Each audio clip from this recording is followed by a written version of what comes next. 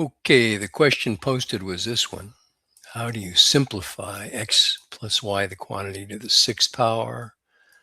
Rather than simplify, we might say expand. How do you expand x plus y to the sixth? There's basically three ways. You can use the binomial theorem, which this video addresses.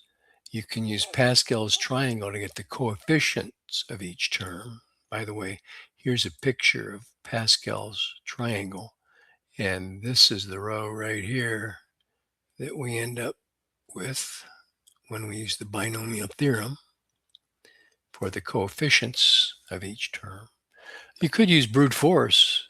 X plus y to the sixth means x plus y used as a factor 6 times. So you could multiply these two terms together and get x squared plus 2xy plus y squared.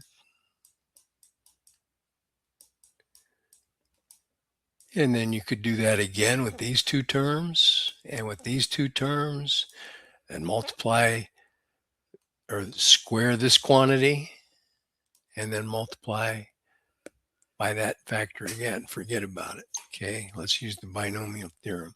So the binomial theorem says this: if you're going to take a binomial to some integer power, I should say natural number power, you can say the summation from k equals 0 to n of the combination of n things taken k at a time. That's what this symbol means right here.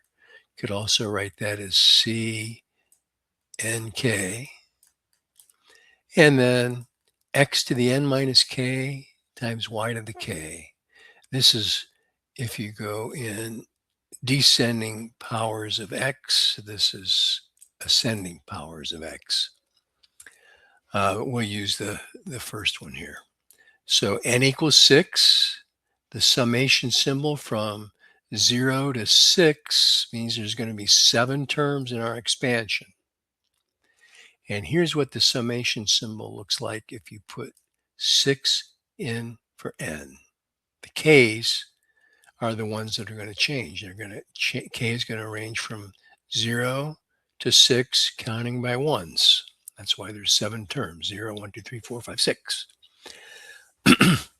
So now substituting 0 for k gives us this term right here.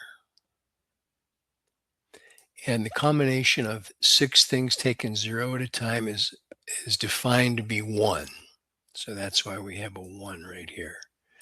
And then when I put 1 in for k, this becomes combination of 6 things taken 1 at a time, x to the 6 minus 1, where 1 is k, y to the k, and so on. What you should notice is that these exponents always add up to n, or in this case 6 every time. 6 minus 3 plus 3, 6 minus 4 plus 4. So that's a shortcut. Instead of thinking of that, just go 6 for x, 6, 5, 4, 3, 2, 1, 0, and for y, 0, 1, 2, 3, 4, 5, 6. Okay. And by the way, a shortcut for calculating a combination of n things taken k at a time, there's a formula which has a couple of factorials in it, but a shortcut memory device is to say the numerator is 6, start at 6, and then have this many factors counting down. 6 times 5, 2 factors. What's really happening is that the 4, 3, 2, 1 is canceled out by n minus k factorial in the denominator. And so that's 2 factorial. 2 goes into 6 3 times. 3 times 5 is 15. If you have 12 things taken 7 at a time, remember, you can use this property. 12 taken 7 is the same as 12 taken 5.